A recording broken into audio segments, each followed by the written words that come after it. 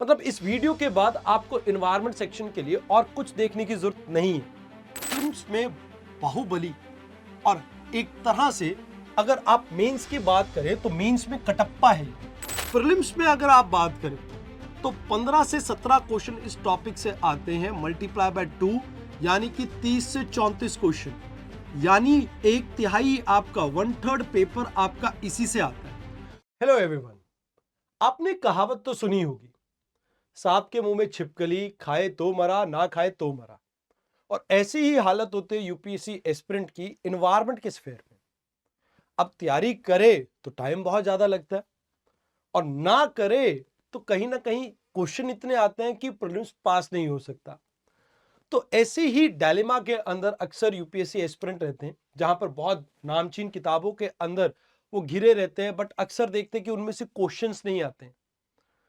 जब by the time वो prelims exam पढ़ रहे होते हैं एग्जामिनेशन सेंटर के अंदर, उनकी हवाइयां उड़ चुकी होती है, बिकॉज उन्होंने नाम बहुत बड़े बड़े पढ़े थे बट दर्शन उतने ही छोटे मिले उन्हें कि एक्चुअल में एक भी क्वेश्चन उस किताब में से आया ही नहीं जो किताब आपने फॉलो की थी। तो today I gonna cover about how you should prepare for environment section. मतलब इस वीडियो के बाद आपको एनवायरनमेंट सेक्शन के लिए और कुछ देखने की जरूरत नहीं है। ये वीडियो अपने आप में कंप्लीट है, एक कंप्लीट पैकेज है, जो चाहे सेल्फ स्टडी से कर रहा हो या किसी भी कोचिंग इंस्टीट्यूट से। बट अगर आप एनवायरनमेंट की इस वीडियो को देख लेते हैं तो इसके बाद आपको एनवायरनमेंट सेक्शन में कोई भी डाउट नहीं रहेगा। देखिए, सबसे पहले कुछ फैक्ट्स को हमें समझना होगा। फैक्ट नंबर 1, देखिए एनवायरनमेंट सेक्शन की अगर हम बात करें तो प्रीलिम्स में बाहुबली और एक तरह से अगर आप मेंस की बात करें तो मेंस में कटप्पा है ये। अब ऐसा मैं क्यों कह रहा हूं? देखिए, मेंस में जीएस पेपर 3 के अंदर हार्डली 2 to 3 क्वेश्चंस इस टॉपिक से आते हैं। रफली आप कहो तो 45-50 नंबर का ये टॉपिक बनता है आपका environment in GS paper 3। 45-50 on the higher side. Where आज प्रीलिम्स में अगर आप बात करें तो 15 से 17 क्वेश्चन इस टॉपिक से आते हैं, मल्टीप्लाई बाय 2 यानी कि 30 से 34 क्वेश्चन, यानी एक तिहाई आपका 1/3 पेपर आपका इसी से आता है। तो इसी वजह से इसे प्रीलिम्स का बाहुबली और मेंस का कटप्पा कहा जाता है, क्योंकि कटप्पा कब पीठ पे वार कर दे पता नहीं लगेगा आपको, क्योंकि क्वेश्चन कुछ उस तरह से ही आते हैं इसके। तो यहां पे सबसे पहले हम प्रीलिम पर्सपेक्टिव से इस पेपर को डिस्कस करेंगे एंड फिर स्ट्रैटेजी डिस्कस करेंगे मेंस पर्सपेक्टिव से, ताकि होलिस्टिकली दोनों सेगमेंट के लिए आप तैयार हो सके। अब अगर प्रीलिम्स की बात की जाए तो यहां आपको समझना होगा कि हर साल 15 से 17 क्वेश्चन जो इस टॉपिक से आते हैं, इन क्वेश्चंस में से 70 to 80% क्वेश्चंस आपके करंट अफेयर ओरिएंटेड होते हैं। मतलब इसके लिए आपको कोई बुक पढ़ने की जरूरत नहीं है, कोई बुक इसको कवर नहीं कर सकती है। यहां पे जो आपकी कवरेज होगी वो कवरेज सिर्फ और सिर्फ किस चीज से आएगी? ये कवरेज आएगी आपकी न्यूज़पेपर से, या एक मैगजीन है आपकी डाउन टू अर्थ, आप उसको भी फॉलो कर सकते हो, बट बहुत ज्यादा नहीं जाना है उसकी डिटेल में। कुछ थोड़े बहुत आर्टिकल्स प्रीलिम स्पेसिफिक आप उसमें से देख सकते हो।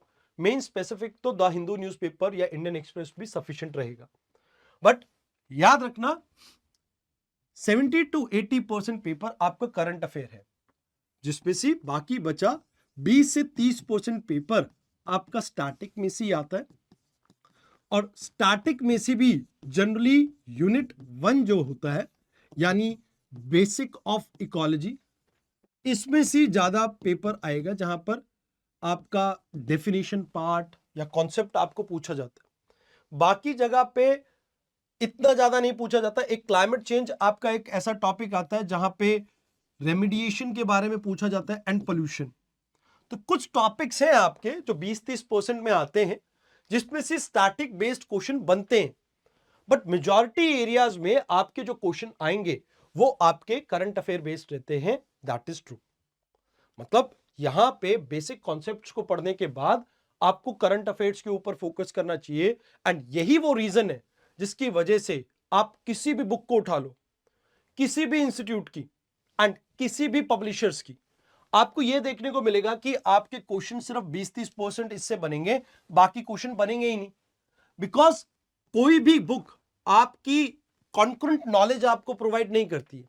बुक्स में अपडेट बहुत लेट होता है, जिसकी वजह से आप अक्सर ये देखते हैं कि बुक्स इस पेपर के लिए यानी कि इन्वायरमेंट सब्जेक्ट के लिए इंपॉर्टेंट नहीं है।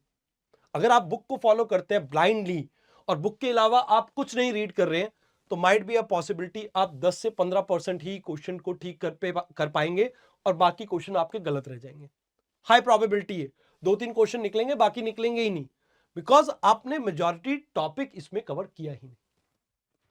अब यहां पे दूसरी इसके बारे में एक मिथ है कि इन्वायरमेंट में आपको क्या करना पड़ता है, सिर्फ और सिर्फ कॉन्सेप्ट को पढ़ना है। मिथ तोड़ते हुए मैं आपको यह बताऊंगा, environment is more about facts. मतलब 50 to 60 यानी मेजॉरिटी परसेंट जो है वो आपका फैक्ट ड्रिवन है।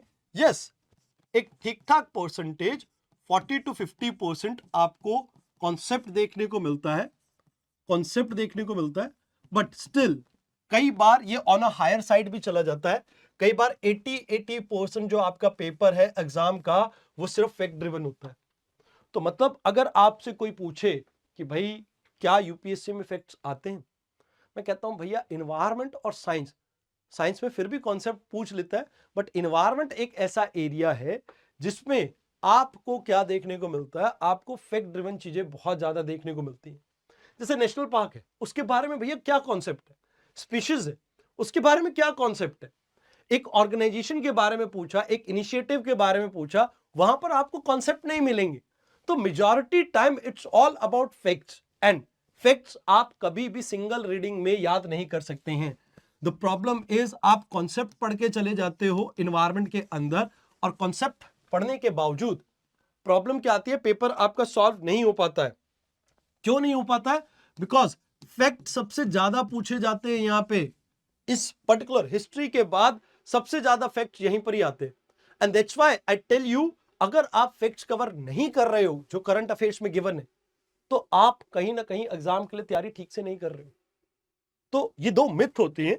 मिथ नंबर 1 कि भाई बुक पढ़ ली, एक फलाना आईएएस की किताब है, एक धिमकाना आईएएस की किताब है, हमने सब पढ़ ली है, बट फिलहाल आप ये मान के चलो कि इससे काम नहीं चलेगा, आपको करंट अफेयर्स के ऊपर स्विच करना पड़ेगा।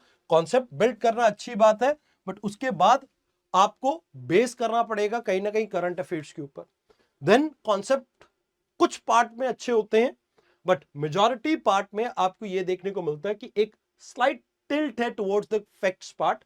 तो फैक्ट्स को आपको यहां पे याद करना पड़ेगा, और फैक्ट आपके एक बारी में रिवाइज नहीं होते हैं, याद नहीं होते हैं, आपको मल्टीपल रिवीजन उसकी देनी पड़ेगी, एटलीस्ट 4-5 रीडिंग चाहिएगी। मेक श्योर वो आप हैबिट में डालो। अब ये तो बिफोर स्टार्टिंग विद एनीथिंग, ये तो ट्रेलर था। अभी ट्रेलर के बाद पिक्चर बाकी है, बिकॉज पिक्चर में आपको ये समझ में आएगा कि एक्चुअल में इन्वायरमेंट कैसे स्टडी करना है। जैसे अगर हम यहां पे बात करें, देयर इज अ ट्रेंड कि हर कोई आता है यूट्यूब पे, आपको ये चीज कह के जाता है कि स्मार्ट वर्क करना है, स्मार्ट वर्क करना है, but what is smart work? They never explain you. Let me showcase you how you do smart work. कि भाई यहां पर रजनीकांत की तरह अगर आपने स्वैग मारना है तो स्मार्ट वर्क करना कैसे है, तो आइए आपको मैं बताता हूं पार्थ। यहां पे आप समझो, सबसे पहले आपको यह समझना होगा कि प्रीलिम्स का ट्रेंड एनालिसिस आपका एग्जाम का क्या चल रहा है। तो ऑन एन एवरेज इस टॉपिक की बात करें तो आपको 17 क्वेश्चन इस टॉपिक से देखने को मिलते हैं ऑन एन एवरेज, जो कि एक बहुत बड़ा नंबर है। मतलब आप ये मान के चलो प्रीलिम्स में तो इससे ज्यादा क्वेश्चन किसी सब्जेक्ट में नहीं आते। सेकंड नंबर पे आपका इकोनॉमी आता है। इकोनॉमी क्यों ज्यादातर आप फाउंडेशनल पिलर की तरह काम करता है? बिकॉज इकोनॉमी के क्वेश्चन ठीक करने की प्रोबेबिलिटी ज्यादा हाई है एज कंपेयर टू इन्वायरमेंट, क्योंकि इन्वायरमेंट में आपका सक्सेस रेशियो हार्डली इन 17 में से आप 10 से 12 क्वेश्चन ही सॉल्व कर पाओगे, इससे ज्यादा क्वेश्चन आप सॉल्व ही नहीं कर पाओगे। तो ये एक रीजन बन जाता है जिसकी वजह से मैं ये कहता हूं कि यस डेफिनेटली आपको इकोनॉमी के ऊपर फोकस करना चाहिए, बट इन्वायरमेंट को भी निग्लेक्ट नहीं करना चाहिए। अगर 10 से 12 क्वेश्चन इसमें से बन गए तो आपका प्रीलिम्स का गेम बनता है। अब मेंस में जैसा मैंने आपको कहा, ये कटप्पा है, इसमें आपको बहुत कम क्वेश्चंस देखने को मिलते हैं। अगर जीएस पेपर 1 में ज्योग्राफी पार्ट में एनवायरनमेंट सेक्शन को जोड़ दो तो तकरीबन 3 से 4 क्वेश्चन बनते, अदरवाइज 2 से 3 क्वेश्चन बनते इस टॉपिक से। मतलब किसी साल में 5 क्वेश्चन आए हैं, बट हर साल नहीं आते, कभी 1 क्वेश्चन भी है, कभी 2 क्वेश्चन भी है, कभी 3 भी है। तो ऑन एन एवरेज आप 2 से 3 क्वेश्चन इस टॉपिक से देखते हैं। एंड यूपीएससी मेंस का जो सिलेबस है वो भी कहीं ना कहीं आपको बहुत ज्यादा हेल्प नहीं करता है इस टॉपिक को समझने में। सिर्फ 3 चीजें बताई गई कि conservation, environmental pollution and degradation, environmental impact assessment, कि ये पढ़ लो। और ये अगर आप देखेंगे तो भैया धरती में हर चीज इसी चीज से तो रिलेटेड है, तो क्या सब कुछ पढ़ना है?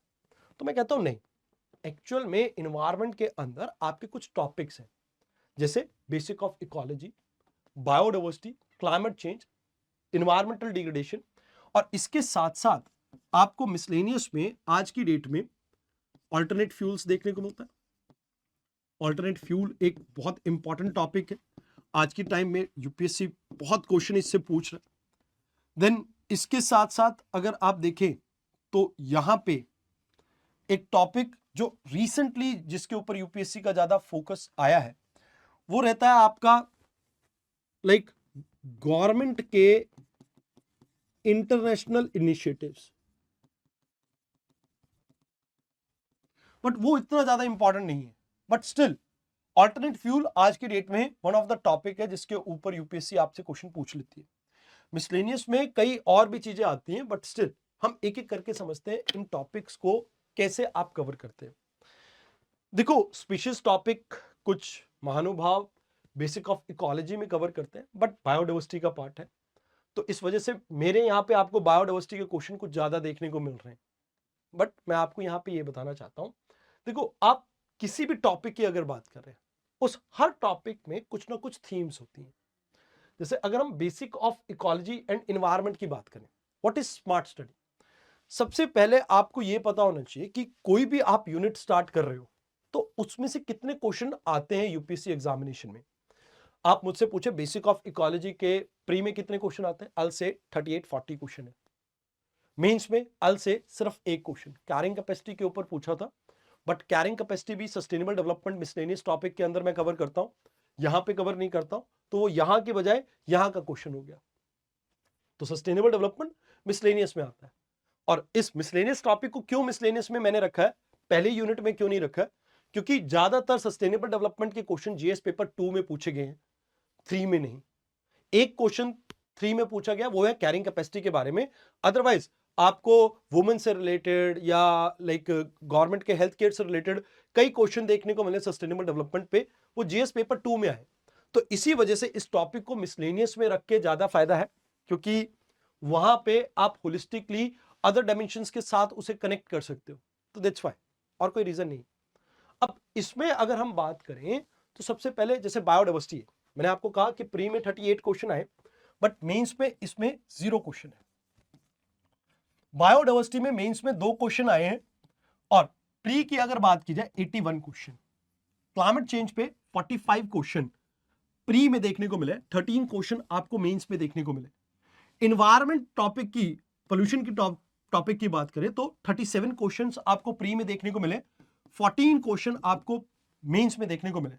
एंड मिसलेनियस में आपको ऑन एन एवरेज, जैसे ऑल्टरनेट फ्यूल है तो ऑल्टरनेट फ्यूल पे 8 क्वेश्चंस देखने को मिले।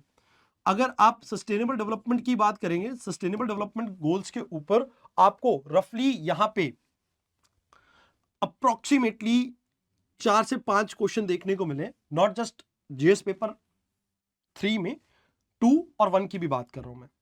अब इसके बाद यहां पर मिसलेनियस में एक टॉपिक आता है एनवायरमेंटल इंपैक्ट असेसमेंट, इस पे भी 12-13 क्वेश्चन आ रखे हैं। तो अगर आप देखेंगे तो ओवरऑल मुझे यह पता है कि एनवायरमेंट में कौन से सेक्शन से कितने क्वेश्चन बने।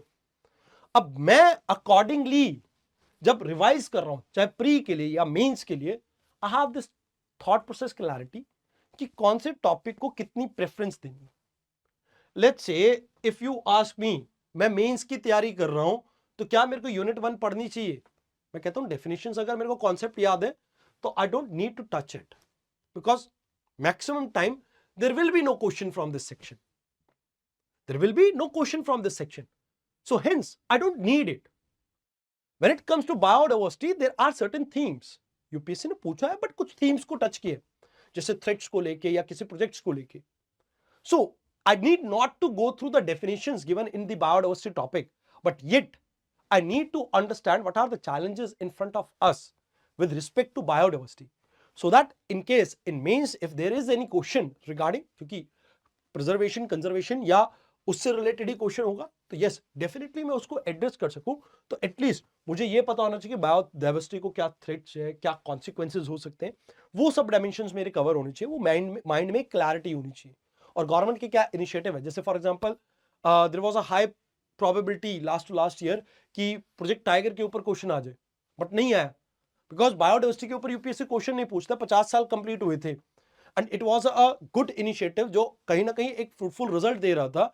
तो वी वर एक्सपेक्टिंग एक क्वेश्चन बन सकता है उस पर, बट यूपीएससी की आदत ये बताती है कि भाई पिछले 14-15 सालों में उन्होंने कभी भी बायोडाइवर्सिटी के ऊपर 2 से ज्यादा क्वेश्चन पूछे ही नहीं है. टोटल 2 पूछे, हो सकता है कभी आ जाए भूले बिसरे, बट वो टाइम वो नहीं था जब उसके ऊपर क्वेश्चन पूछा जाना था, तो नहीं पूछा.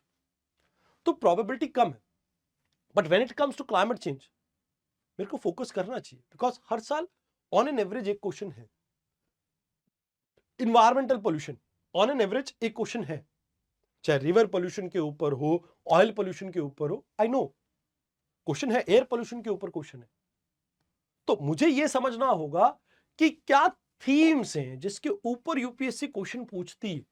अगर उन थीम्स में मेरे को क्लैरिटी है ना, लाइक कोई भी सब्जेक्ट उठाओ, आपके पास थीम्स हो, उन थीम्स के ऊपर आपको पता हो कितने क्वेश्चन आने हैं, तो यू हैव दैट माइंडसेट जो आपको यह बता देगा कि एक्चुअल में कौन से टॉपिक को तैयार कब करना है. लास्ट एक दिन बचा है प्रीलिम्स का and I need to revise environment. कौन सा टॉपिक है इसमें से जिसको मैं रिवाइज करूंगा? आंसर है बायोडाइवर्सिटी. बट इतना सिंपल नहीं है ये चीज, क्योंकि यहां तक तो सब कर लेते हैं. अब ये तो आपको हर इंस्टीट्यूशन आपको प्रोवाइड कर देता है कि एक्चुअल में आप एक टॉपिक तैयार कर लो तो उसमें ये चीजें आपको पढ़नी पड़ेंगी. ये हर इंस्टीट्यूशन प्रोवाइड करता है. But when you come to Vivek Sharma क्या सोल्यूशन प्रोवाइड कर रहा है?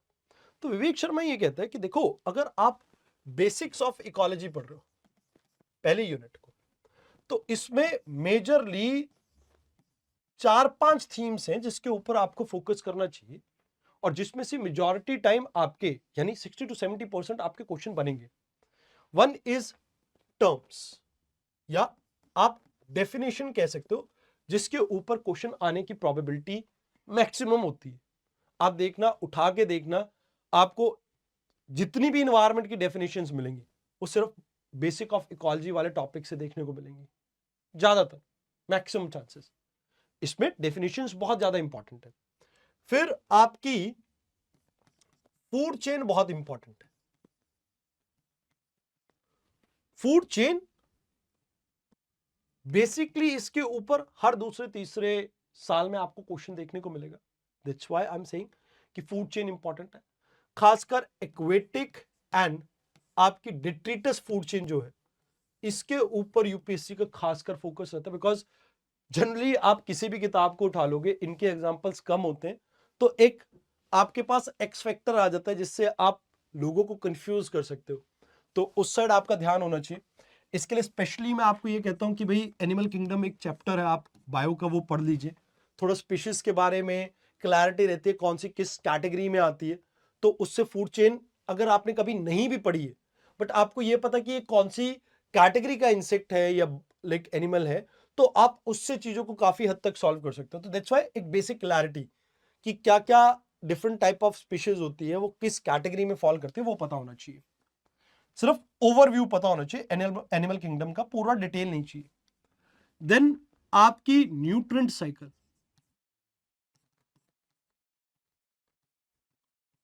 आप ये मान के चलो फॉस्फोरस साइकिल के ऊपर, नाइट्रोजन साइकिल के ऊपर, मीथेन साइकिल के ऊपर, कार्बन साइकिल के ऊपर, बहुत सारी साइकिल्स के ऊपर यूपीएससी ने क्वेश्चन पूछे एंड इसके ऊपर क्वेश्चन बनते ही रहते हैं. Frequently recurring theme. तो मतलब अगर डेफिनेशन नहीं पूछी, फूड चेन नहीं पूछा, तो नाइट्रोजन साइकिल मतलब न्यूट्रिएंट साइकिल एक ऐसा टॉपिक है जिसके ऊपर आपकी यूपीएससी फोकस करती है। देन रीसेंट डेवलपमेंट में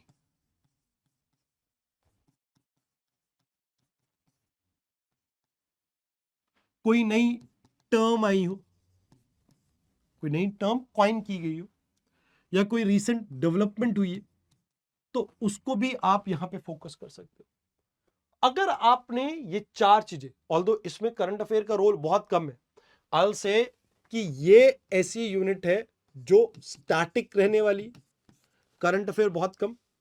ये वो यूनिट है जहां पर यूपीएससी आपके कॉन्सेप्ट्स को चेक करती है। तो ये दो चीजें इसमें देखने को मिलती हैं, बाकी किसी यूनिट में इतना ज्यादा आपको ये चीज नहीं देखने को मिलेगी। अब ऐसे ही सेकेंड यूनिट की अगर आप बात करें, दैट इज बायोडाइवर्सिटी। अब इसमें सबसे पहला जो टॉपिक आप देखते हो वो है स्पीशीज। दूसरा टॉपिक आपको प्रोटेक्टेड एरियाज के बारे में क्वेश्चन आता है। तीसरा जो टाइप है बायोडाइवर्सिटी का ट्रेंड, किस तरह से किसी एरिया में वेरी करती है, एंड किस तरह के थ्रेट्स आपको देखने को मिलते हैं। फिर चौथा रीसेंट डेवलपमेंट, मींस कोई भी नया इनिशिएटिव गवर्नमेंट ऑफ इंडिया का या इंटरनेशनल इनिशिएटिव। एंड लास्ट में इंटरनेशनल ऑर्गेनाइजेशन। कम पूछी जाती है इस टॉपिक में, बट पूछी जाती है। 70 to 80% पेपर आपका इन्हीं 5 टॉपिक से आने वाला है।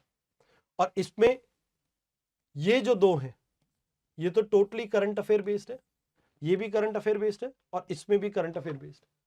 मतलब अगर आप बात करें तो ये आपका फैक्ट वाला टॉपिक है जिसमें करंट अफेयर्स का रोल काफी हाई रहने वाला है। मतलब इसके लिए आप कितना ही टर्म्स वगैरह पढ़ के चले जाओ, मैं आपको बताऊं तो पिछले 14 साल में शायद एक टर्म के बारे में यूपीएससी ने इसके बारे में पूछा, बट बहुत ज्यादा टर्म्स के ऊपर क्वेश्चन नहीं है। स्पीशीज, प्रोटेक्टेड एरिया, बायोडाइवर्सिटी के ट्रेंड्स, लाइक थ्रेट्स, उनके बारे में क्वेश्चन आया है। देन रीसेंट डेवलपमेंट, कोई गवर्नमेंट का नया इनिशिएटिव आ गया, जैसे एम स्ट्रिप आ गया, या अब जैसे इस साल मिस्टी बहुत न्यूज में था, तो मिस्टी के बारे में आ जाए क्वेश्चन। या इंटरनेशनल ऑर्गेनाइजेशन, जैसे या कन्वेंशंस भी है आपके यहाँ पे, international convention and this organisation. तो जैसे मान लीजिए क्वेश्चन आ जाता है आपका, ट्रैफिक के ऊपर एक क्वेश्चन था, यू फील लाइक IUCN के ऊपर भी क्वेश्चन आ सकता है, ऐसे वाइल्ड फंड फॉर नेचर के ऊपर क्वेश्चन आ सकता है। तो मतलब नेशनल और इंटरनेशनल ऑर्गेनाइजेशंस के ऊपर क्वेश्चन आ सकता है। जैसे इस साल नेशनल टाइगर कंजर्वेशन अथॉरिटी बहुत न्यूज में रही है, तो हो सकता है क्वेश्चन आ जाए। नेशनल बायोडाइवर्सिटी के, सॉरी, नेशनल अपना वाइल्ड लाइफ बोर्ड जो है, इस साल काफी न्यूज में रहा है, हो सकता है उसके ऊपर क्वेश्चन आ जाए। तो वो चीजें, तो मतलब यहां पे करंट अफेयर और फैक्ट्स का आपका ज्यादा काम है। Then climate change. Climate change तो सिंपल सा टॉपिक है।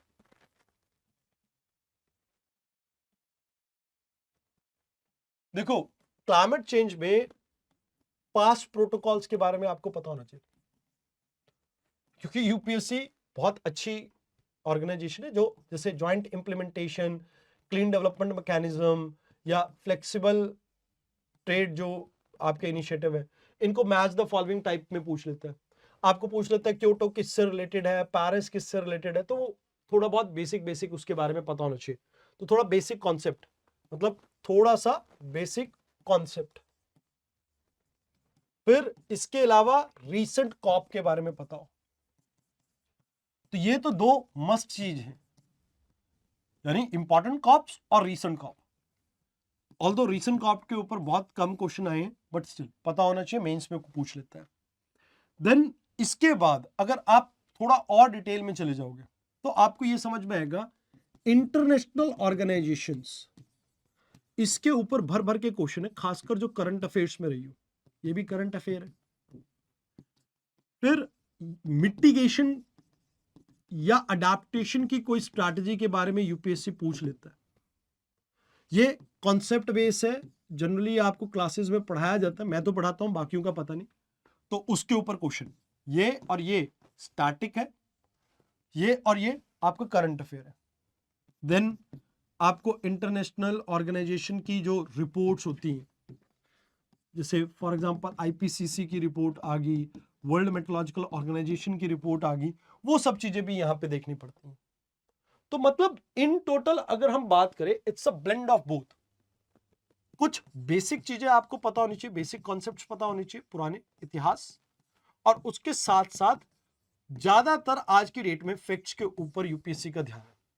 करंट अफेयर्स डोमिनेंट पार्ट है, बट रेशो 60-40 रहती है, बहुत ज्यादा करंट अफेयर का टिल्ट नहीं है, बट जैसा आपको बायोडाइवर्सिटी टॉपिक में देखने को मिल रहा था वैसा टिल्ट नहीं है। बट यस, कहीं ना कहीं करंट अफेयर्स आपका एक डोमिनेंट पार्ट इसमें है। अब इसके बाद नेक्स्ट चीज जो आती है दैट इज अबाउट पोल्यूशन। देखो, मेंस में और प्री में इसमें थोड़ा फर्क है। जैसे मेंस में आपको बाकी सभी डायमेंशंस के बारे में पूछ लेता है, बट प्री में एयर और वाटर पोल्यूशन फेवरेट है। एक बारी ऑयल जेपर के बारे में पूछा था, वो अलग बात है, but air and water pollution, इससे रिलेटेड कोई भी इनिशिएटिव हो जो आपका न्यूज में रहा हो, रीड इट, मतलब करंट अफेयर ड्रिवन। फिर गवर्नमेंट ऑफ इंडिया का इंटरनेशनल लेवल पे कोई भी इनिशिएटिव है, पता होना चाहिए। साथ के साथ आप ये मान के चलो, जैसे कुछ पार्ट में आप ये कह देते हो कि लाइक गवर्नमेंट ऑर्गेनाइजेशंस या इंटरनेशनल ऑर्गेनाइजेशंस आपकी इंपॉर्टेंट हो जाती है, तो वो पार्ट आपको देखना पड़ेगा यहाँ पे, क्योंकि इंटरनेशनल ऑर्गेनाइजेशन कन्वेंशन के ऊपर यूपीएससी का अच्छा खासा फोकस होता है इसमें। बट रीसेंट टाइम में इसके ऊपर फोकस ये वाले पार्ट पे कम है, ये फिर भी है, इसके ऊपर बहुत ज्यादा फोकस है और इसके ऊपर फोकस है। अब इसमें भी ज्यादातर जैसे सोर्सेज के बारे में पूछ लेते हैं, कि जैसे फॉर एग्जांपल मिथेन है, मिथेन किस किस सोर्स से आपका रिलीज होता है वो पूछ लेगी, या कार्बन डाइऑक्साइड है किस किस सोर्स से रिलीज होता है वो पूछ लेगी, सल्फर ऑक्साइड है किस सोर्स से रिलीज होती है वो पूछ लेगी, या कोई मेजर सोर्स है उसमें से क्या क्या पोल्यूशन निकलता है। फॉर एग्जांपल जैसे आप आयरन इंडस्ट्री की बात करें तो इससे कौन कौन से पोल्यूशन निकल सकते हैं, या coal based thermal power plant की बात करते हैं तो उसमें से कौन कौन से पोल्यूशन निकल सकते हैं, तो वैसी चीजें इसमें ज्यादा पूछी गई। तो मतलब पोल्यूशन टॉपिक के अंदर ज्यादातर सोर्स उसके बारे में पूछा गया किसी पोल्यूटेंट के, या एक मेजर पोल्यूटिंग सोर्स है उससे क्या क्या पोल्यूटेंट निकल सकते हैं वो पूछा गया। देन गवर्नमेंट ऑफ इंडिया के इनिशिएटिव और इंटरनेशनल इनिशिएटिव ऑर्गेनाइजेशन इंपॉर्टेंट रहती है। Again a topic with a 80% factual part, concept rarely आपका बहुत आएगा, बहुत रेयर, एंड 80% पार्ट आपका करंट अफेयर के इसमें रहता है। Again there is nothing that your जो बुक्स होती है वो इसमें कुछ कर सकती है, भूल जाओ, भूल जाओ, इसमें कोई किताब आपकी काम आएगी। देन इन्वायरमेंटल डिग्रेडेशन, पहले बहुत क्वेश्चन आते थे इससे, खासकर जैसे ओजोन डिप्लीशन की बात की जाए, या मैंग्रोव्स पे तो आज तक क्वेश्चन नहीं आया, खैर कोरल्स के ऊपर क्वेश्चन आए हुए, कोरल ब्लीचिंग इन्वायरमेंटल डिग्रेडेशन का ही पार्ट आ जाता है। देन इसके बाद आप यहाँ पे मैंग्रोव्स से भी डील करते हो, मैंग्रोव्स ऑल्दो आजकल बहुत फोकस में, यूपीएससी ने पहले कभी क्वेश्चन नहीं पूछा, बट यस ओजोन के ऊपर पहले भर भर के क्वेश्चन प्री और मेंस में आए हुए हैं, मेंस में तो पहले बहुत क्वेश्चन आए हुए हैं, अब नहीं आते। उसके साथ साथ अगर आप देखें तो यहां पे इस टॉपिक पे आज की डेट में यूपीएससी का फोकस प्रीलिम्स में बहुत कम है, बट स्टिल मैं इसमें यह कहूंगा कि 3-4 चीजें ही होती है, जैसे डेजर्टिफिकेशन इसमें डाल लो। तो इस टॉपिक में अगर पढ़ना है तो ये दो टॉपिक काफी इंपॉर्टेंट रहते हैं, ये दोनों थोड़ा से ज्यादा निग्लेक्टेड हो चुके हैं। पहले दोनों के ऊपर क्वेश्चन आते थे मेंस में खासकर, बट अभी दोनों निग्लेक्टेड है। तो 4 ही टॉपिक बताए हैं, इन 4 को रीड कर लो, इनके मेजर कॉन्सिक्वेंसेस को रीड कर लो, बहुत है, मोर देन सफिशिएंट। देन आता मिसलेनियस। मिसलेनियस में 3 टॉपिक के ऊपर हम फोकस करेंगे। One is alternate energy,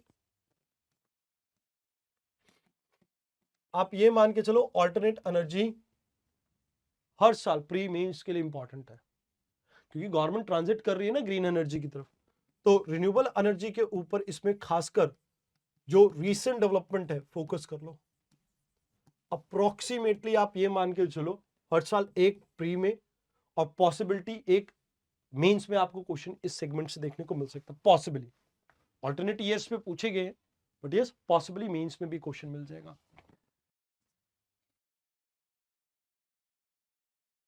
biofuels ऐसे टॉपिक, इनको पढ़ो। देन इसके बाद नेक्स्ट चीज आती है सस्टेनेबल डेवलपमेंट गोल या सस्टेनेबल डेवलपमेंट। मेंस के लिए इंपॉर्टेंट है, प्री के लिए नहीं। तो मेंस में आप याद रखना कि इसके ऊपर क्वेश्चन आने की प्रोबेबिलिटी ज्यादा है। Environmental impact assessment again mains के लिए इंपॉर्टेंट है। जैसे इंटरलिंकिंग ऑफ रिवर है, कोई भी मेजर प्रोजेक्ट चल रहा है, या सैंड माइनिंग है, या आपका चार धाम प्रोजेक्ट है, ऐसे चीजें जो लॉन्ग टर्म इन्वायरमेंट के ऊपर इंपैक्ट कर सकती हैं, तो उनके ऊपर क्वेश्चन आने की प्रोबेबिलिटी है मेंस में। उनके कॉन्सिक्वेंसेस, क्रिटिकल एनालिसिस के बारे में यूपीएससी पूछता है। तो ये ओवरऑल आपकी थीम है मेंस और प्री की यूपीएससी एग्जामिनेशन में। अगर आप क्वेश्चंस देखोगे तो इसी तरह की आपको थीम्स देखने को मिलेंगी प्री और मेंस में। अब क्या सोर्सेस आपके होने चाहिए, तो मेजरली मैं आपको ये कहूंगा कि मेरे क्लास नोट्स और पीडीएफ मोर देन सफिशिएंट है स्टैटिक पार्ट को कवर करने के लिए। करंट अफेयर्स के लिए भी मैं अपने खुद के नोट्स प्रोवाइड करता हूं बच्चों को, बट स्टिल आप किसी भी न्यूज़पेपर को फॉलो कर सकते हो और एडिटोरियल्स को फॉलो कर सकते हो। प्रीलिम्स रिलेटेड जहां से भी न्यूज आर्टिकल पढ़ रहे हो वो आपके लिए सफिशिएंट होगा। Down to earth magazine prelims के लिए खासकर इंपॉर्टेंट है। स्टैंडर्ड बुक आप फॉलो करना चाहते हो करो, अदरवाइज आई विल से कि इससे बेटर है किसी गरीब को खाना खिला दो। इस सब्जेक्ट के लिए, इन्वायरमेंट सब्जेक्ट के लिए कोई भी स्टैंडर्ड बुक आपकी सफिशिएंट नहीं। अपने बेसिक कॉन्सेप्ट के ऊपर वर्क करो, रिसेंट डेवलपमेंट के ऊपर वर्क करो, and then practice as many question as possible. यही इसका इकलौता वे फॉरवर्ड हो सकता है आपका।